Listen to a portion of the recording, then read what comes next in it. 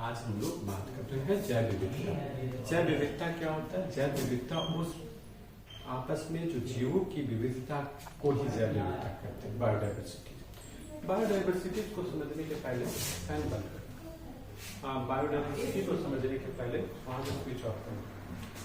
3 तरह का होते हैं: genetic diversity, species diversity, ecological diversity. Genetic और स्पीसीज और इकोलॉजिकल डाइवर्सिटीज क्या होती है? पहला समझो कि जो भी जीव जंतु है, पशु पक्षी, उसका अपना ही डिफरेंट टाइप्स का जीन के हिसाब से परिवर्तन होता है। जैसे गाय देखो, गाय काले रंग की भी होती है, सफेद रंग का भी होता है, भूरा रंग का भी होता है। प्रजाति तो एक ही है, लेकिन जेनेटिक चेंजेस होने के कारण जब सेम तरह के जंतुओं में डिफ्रेंसिएशन देखने को मिले तो उसको जेनेटिक डाइवर्सिटी है ना।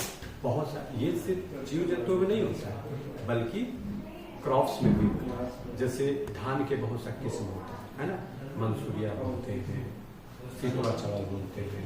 तो उसी प्रकार से जो ये आपका हुआ था, उसमें 3-4 तरह का किस्म होता है और उस तरह का चेंजेस भी देखने को मिलता है। इसलिए जेनेटिक डाइवर्सिटी उसको कहते हैं जो जीव में चेंजेस। स्पीसीज डाइवर्सिटी, अब डिफरेंट टाइप की स्पीसीज है। आप देख लो, एक स्पीसीज के अंदर जो चेंजेस होता है उसको जेनेटिक डाइवर्सिटीज कहते हैं। जीन के कारण इंसान में भी बहुत, कोई लंबा होता है, कोई छोटा होता है, कोई हाइट में आता है, कोई मोटा होता है, कोई ये होता है। तो क्या कहते हैं कि जीन का है ना, जेनेटिक चेंजेस प्रभाव। स्पीसीज डाइवर्सिटी उसको कहते हैं जो डिफरेंट स्पीसीज के बीच में। अब देखो, डिफरेंट स्पीसीज, गाय, भैंस, जानवर, है ना, जो भी है आपका हो गया। अब गाय में भी भैंस हो गया, है ना, भैंसा हो गया, बैल हो गया, उसी प्रकार से हाथी, घोड़ा, ये सब क्या एक स्पीसीज है। तो जो डिफरेंट टाइप्स के जीव जंतु है उसको स्पीसीज कहते हैं।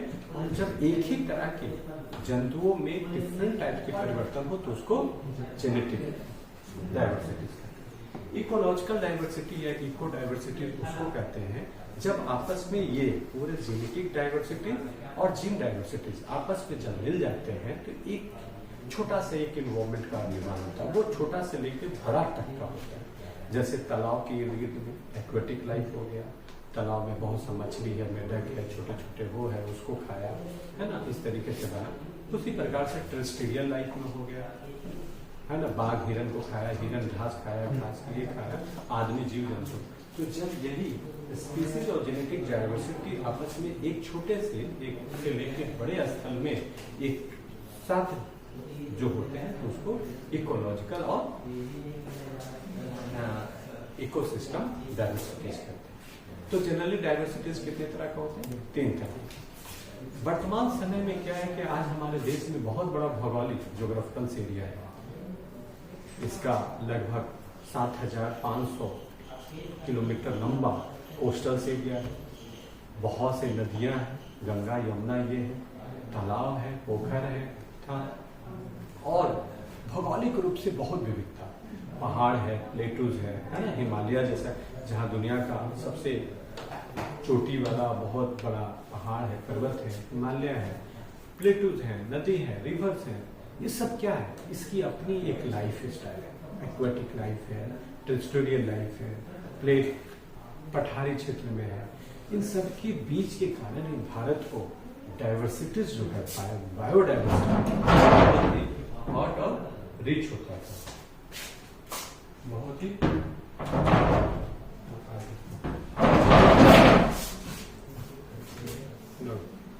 देख लो कि 3 तरह का जो डाइवर्सिटीज है भारत जैसे या पूरी दुनिया भर में, जिस तरीके से डिफॉरेस्टेशन और पेड़ पौधों को काटा गया, बहुत लेवल पर हमारे यहाँ तालाबों को डिसअपियर हो गए, ग्राउंड वाटर लेयर नीचे गया, कई नदियां सूखने के कगार पर है, कई चीजें ऐसे हैं जो पॉल्यूशन तेजी से बढ़ा है।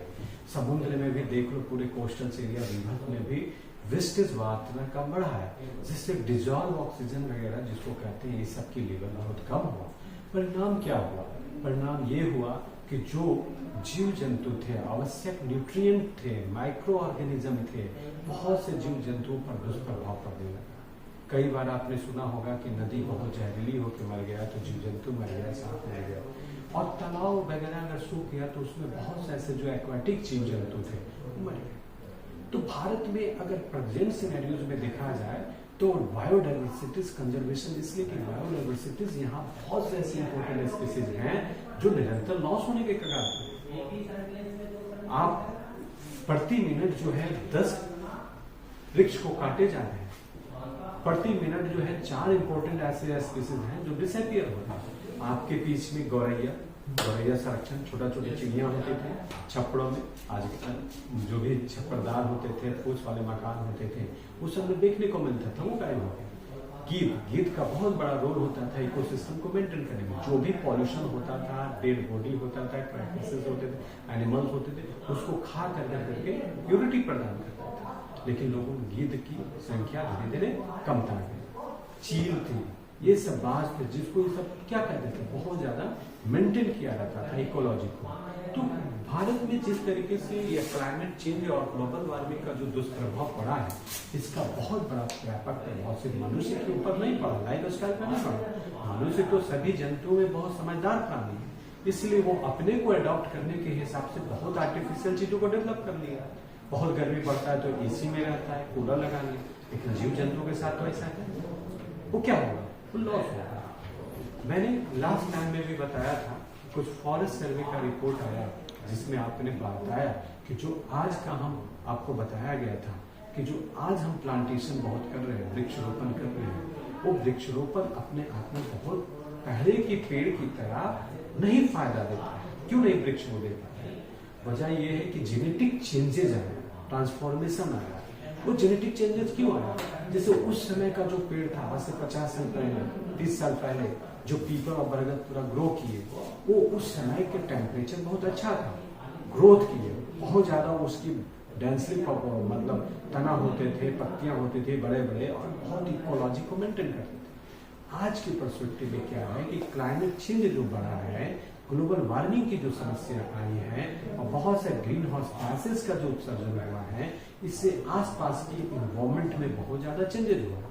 अभी क्या हो रहा है कि वो पेड़ तो ग्रोथ कर रहे हैं, बहुत उसका जो ग्रोथ करना चाहिए उस तरीके का नहीं होता, उसकी पत्तियां भी नहीं होती, वो होता है। तो सेम तरह का अगर हम ये कहें कि एक पेड़ काटने के बाद पीपल का जो 40 साल 50 साल पुराना पेड़ को काट के आज हम लगाएंगे, हमें उस तरह का वो बेनिफिट्स नहीं मिलेंगे जो 50 साल पहले की पेड़ थी। इसीलिए बायोडाइवर्सिटीज की अंतर्गत सिर्फ ये चीजें नहीं है कि we have to restore the ecological conservation, we have to also preserve the ecological conservation, maintain that ecological conservation. We don't have to be disturbed in an artificial and for the motive of selfishness. We need to be just preserve this all the ecosystem. ये जो है पूरा जो ecology, हमें हमेशा natural तरीके से उसको कभी लॉस नहीं करना चाहिए, तभी ये इन्वायरमेंट हमारे सस्टेन करेगा। ये कहते नहीं हम कह सकते कि आज के पर्सपेक्टिव में हम कोई चीज को, अब क्या हो रहा है, यही चीज बायोडाइवर्सिटी कंजर्वेशन में हम लोग बात करते जा रहे हैं। बायोडाइवर्सिटी हमने यहाँ समझ गया। अब हम आते हैं तीसरी, बायोडाइवर्सिटी कंजर्वेशन। 2 तरह का कंजर्वेशन होता है, एक इन सीटू कंजर्वेशन और एक ex situ conservation. In situ और एक्स सीटू क्या होता है? कुछ ऐसे जगह जहां पर हमको लगता है कि उसको एरिया को प्रोटेक्टेड एरिया घोषित कर देना चाहिए, उसको सेफ जोन घोषित कर देना चाहिए, क्योंकि यहाँ ऐसे रेयर स्पीसीज हैं, प्लांट्स का है या एनिमल्स का है, जिसको हम दूसरे जगह नहीं ले जा सकते। वो बहुत यूनिक, जैसे दुनिया भर में एशियाटिक टाइगर जाना जाता है, पूरे बंगाल का एरिया है, हाथी वगैरह वो एरिया है। तो हम इसको नहीं कि हम पूरा हाथी को ले जा सकते हैं, हम पूरे जंगल शेर को ले जा सकते हैं, ऐसा तो संभव है नहीं। इसलिए उस एरिया को हम वहीं पर प्रोटेक्ट करें और इस प्रकार से हम उसको प्रिजर्व करें कि ताकि वहां पर जो आवागमन है, लोग जा रहे हैं, डेवलपमेंट है, मनुष्य का मूवमेंट है, इंटरटेनमेंट के लिए सारी चीजें रोकनी हो सकती। ठीक है, तो उसको कहते हैं इन सीटू कंजर्वेशन, जहां पर निवास स्थान कर, उसी निवास स्थान पर ही कोई भी जीव जंतु पशु पक्षी को हम प्रिजर्व करें। दूसरा कहते हैं एक सीटू कंजर्वेशन, मतलब बहुत बार ऐसा होता है कि हम उन चीजों को वहां पर डेवलप नहीं कर सकते क्योंकि क्लाइमेट चेंज और बहुत से चीजों से उस पर दुष्प्रभाव हो रहा है, इसलिए हम उसी चीज को, जीव को ले जाकर एक आर्टिफिशियल तरीके का हम ऐसा इन्वायरमेंट बनाए जहां पर हम प्रिजर्व करें। है ना। बहुत सा देखते होंगे गाय, गर्मी के दिनों में गाय के बीच में क्या लगाया जाता है? अच्छा दूध दे पंखा लगाया जाता है ना। ठंडा के दिनों क्या होता है? लाइट वाला, हीट वाला लाइट जलाया जाता है ताकि टेम्परेचर मेंटेन है। लेकिन ये तो ठीक है, हम छोटे लेवल पर घर में पाल रहे हैं जीव जंतुओं के लिए तो कर सकते हैं, लेकिन बड़े लेवल पर तो संभव नहीं है जो ओपन है, जहाँ टेम्परेचर बहुत वेरिएशन हो रहा है। ऐसे चीजों को हम वहां ना कर करके और साइड हैबिटेट हम कोई ऐसा लैब बनाते हैं, ऐसा जेल बनाते हैं, ऐसा गार्डन बनाते हैं जहां पर उसको आर्टिफिशियल तरीके से हम नेचुरल इन्वायरमेंट प्रोवाइड करने का कोशिश करते हैं और प्रिजर्व करते हैं। ये जो हो गया इन सीटू कंजर्वेशन में बायोस्फीयर रिजर्व हो गया और नेशनल पार्क। आप लोगों ने सुना हो इंडिया में बहुत 7-8 जो बड़ा बायोस्फीयर रिजर्व है, जो बड़े लेवल पर एक ऐसा है ना केंद्र बनाया जाए जहां पर लोगों का बहुत ज्यादा इंटरफेरेंसेस है, उसको नेशनल पार्क या तो फिर राष्ट्रीय उद्यान बना दिया जाए। जैसे आपका ये अभयारण्य जिसको कहते हैं है ना, नेशनल पार्क कहते हैं। कोई भी एक चीजों को प्रोटेक्ट करने के लिए जब राष्ट्रीय स्तर ये बड़े लेवल पर एक बनाया जाता है प्रोटेक्टेड एरिया, तो उसको नेशनल पार्क कहते हैं, है ना। जैसे बायो रिजर्व जो होता है 1 और मोर नेशनल पार्क इन ए राज्य।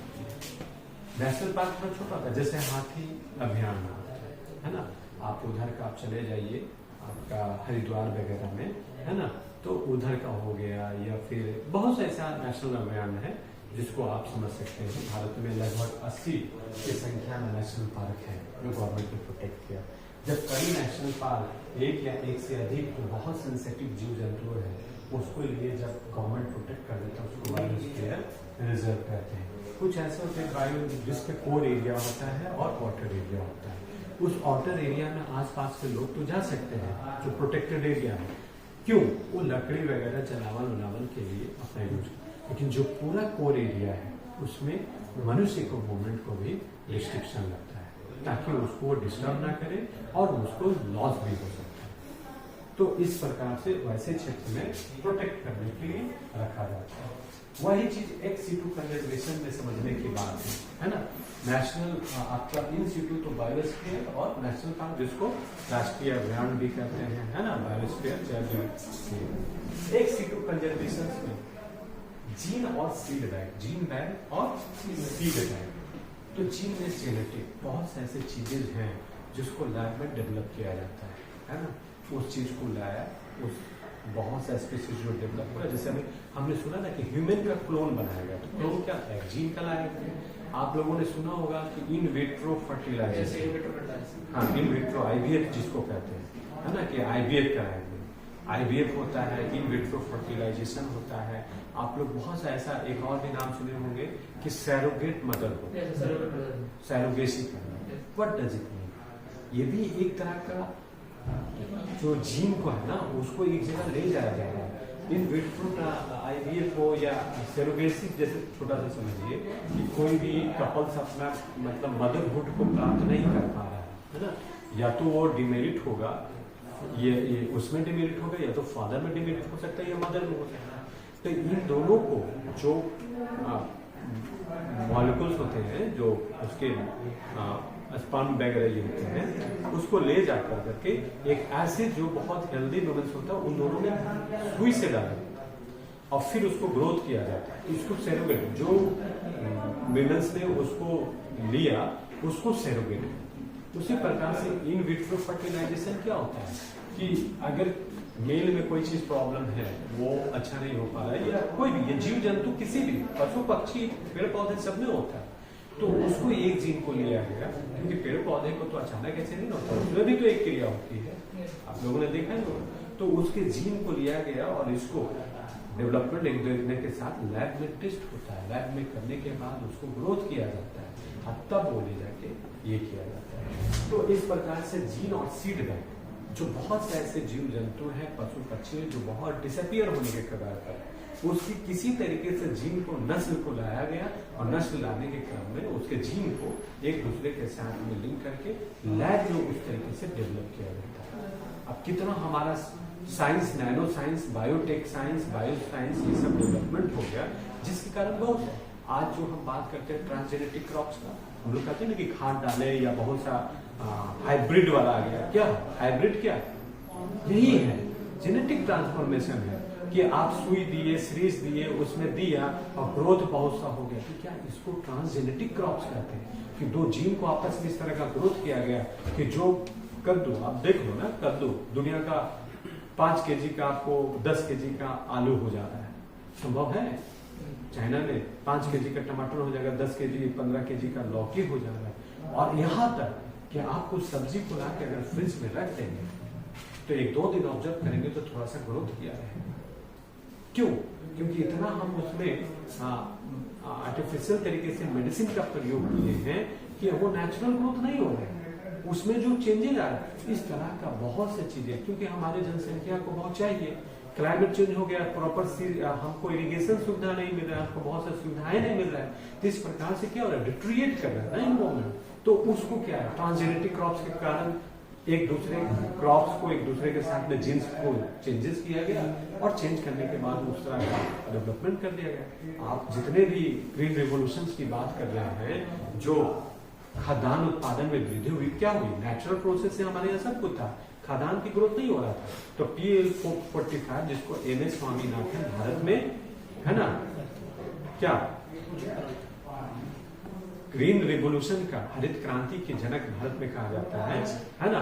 और इसको नॉर्मन बॉर्लिंग जो मैक्सिको के सबसे पहले साइंटिस्ट है जिन्होंने मैक्सिको को इस चीज को एक्सपेरिमेंट किया था, तो उसको father of green revolution Norman Borlaug, और भारत में फादर ऑफ ग्रीन रिवोल्यूशन ही नहीं गया MS स्वामीनाथन। इसकी स्वामीनाथन के नेतृत्व में एक टीम गया और उसको अध्ययन किया और करने के बाद भारत में वो लाया। तो क्या जेनेटिक ट्रांसफॉर्मेशन हुआ ना, ग्रीन रेवोल्यूशन एक जीन रेवोल्यूशन, हरित क्रांति का प्रोडक्शन है, और उसके बाद जेनेटिक है। ट्रांसजेनेटिक क्रॉप्स की बात करें तो सीड बैंक और या जीन बैंक, इसका उद्देश्य यही है कि बहुत सी चीजों को आपस में जेनेटिकली मॉडिफाई करके, जेनेटिकली डेवलप करके, उसके जेनेटिक में अनुवांशिक चीजों को डेवलप करके इस तरीके से बनाना कि बहुत ज्यादा प्रोडक्शन। पर कोई भी चीज एक नेचुरल प्रोसेस से डेवलप हुआ तो वो जमीन के अंदर से बहुत से न्यूट्रिशंस को लेता है जो हमारे शरीर के लिए अच्छा है। इसलिए बहुत पहले का आदमी को उतना दवा कोई हेल्थ भी डेवलप नहीं था और 80 साल तक एकदम बाल नहीं पकते थे, वो टाइट रहता था। आज के इंसान क्या है, आज का इंसान 12-14 साल में भी बहुत सारे देखोगे तो बाल पक रहा है, किसी का कुछ हो रहा है, और 15-18-50 साल के होते हुए ज्यादातर शुगर, BP और हाइपरटेंशन जो भी है वो सबके भी कोई इंसान नहीं है। अच्छा, कोई भी ऐसा इंसान नहीं है जिसका इस तरह का परिवर्तन हो। तो इस प्रकार से इसको होता है, इसको करते हैं फील्ड बायोलॉजी बोटानिकल गार्डन, जो फील्ड में कोई चीज जीव को ले गए, जैसे यहाँ पर बहुत सारे रिसर्च एरिया में बोटानिकल गार्डन बना दिया जाता है, औषधि सब छोटे छोटे चीजों को लाया जाता है, डेवलपमेंट किया जाता है। सीड बैंक बन गया, इन विट्रो और जीन बैंक इसको कहा, आपस में IVF है ना, जो बहुत लोग जानते होंगे कि इन विट्रो कैसे हो। सेल टिश्यू ऑर्गन्स बहुत लेकर के डेवलपमेंट किया जाता है। DNA बैंक जिसको डीन्यूक्लियाई एसिड कहते हैं, DNA बहुत सा लेगा और उसको जिसको ट्रांसजेनेटिक और साइंस का क्रायोजीन बैंक इसको भी करते हैं। दूसरा चीज जो है गवर्नमेंट में ये NBPGR, इसको क्या कहते हैं, NBPGR है ना, national bureau of plant genetic resource कहते हैं। ये NBPGR क्या है, प्लांट जेनेटिक को बहुत सारी चीजों को प्रिजर्व करने के लिए Indian council of agriculture science, जो भारत में जो भी एग्रीकल्चर पर बहुत बड़ा रिसर्च हो रहा है, प्रोजेक्ट हो रहे हैं, नए चेंजेस हो रहा है, ये कौन सा है, एक IC है, Indian council of agriculture research. उसने इसको 1976 में बनाया कि जो भी प्लांट के अंतर्गत में जो डिसअपियर हो रहे हैं उसको डेवलपमेंट करने के लिए NBPGR national bureau of plant genetic resource, और दूसरा NBAGR national bureau of animal genetic resource, इसको ग्रोथ किया ताकि डिफरेंट टाइप की जो जीन्स में जो परिवर्तन हो रहे हैं, एनिमल्स जो डिसअपियर हो रहे हैं, उसको जीन को एक लैब के बहाने प्रमोट किया। तो इस प्रकार से Indian council of agriculture research ने उसको 1976 में किया। प्रेजेंट सिनेरियोस में अगर देखें तो 7 भारत में मेजर बायोस्फीयर रिजर्व है, 80 नेशनल पार्क है और 440 वाइल्ड लाइफ सेंचुरी है, जिसको राष्ट्रीय ये जीव जंतु अभियान कहते हैं। 120 बोटानिकल गार्डन है। आपसे बहुत सा ऐसा क्वेश्चन पूछेगा, जो गवर्नमेंट का बोटानिकल गार्डन तो इंस्टीट्यूट में भी बहुत छोटे छोटे लोग, जिसको ऑथराइज किया गया है कि इस पर रिसर्च का सेंटर है, एरिड जोन डेवलपमेंट एरिया है ना, जोधपुर में वगैरह।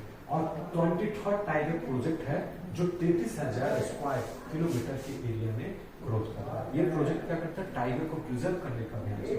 32 एलिफेंट प्रोजेक्ट है जो 80,000 स्क्वायर किलोमीटर के एरिया में ये चलाया जा रहा है, जिसका पूरा आसाम, बंगाल, ये सब का एरिया सुनते हैं कि ट्रेन से बहुत आ जाता है। उसके बाद क्रोकोडाइल प्रोजेक्ट है बचाने का। आप पूरे रांची की तरफ से आइएगा तो देखिएगा गीत प्रोजेक्ट है बचाने का।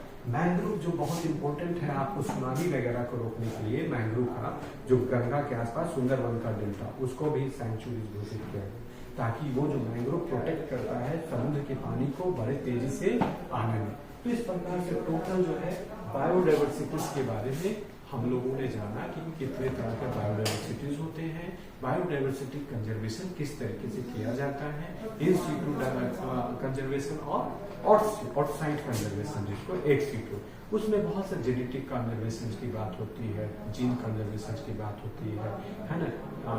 फिर उसके बाद आपने पढ़ा कि national bureau of plant genetic resources क्या है, national bureau of animal genetic resources क्या है, also seed bank, in vitro bank transition. These are the all part. Thank you for this lecture. Okay.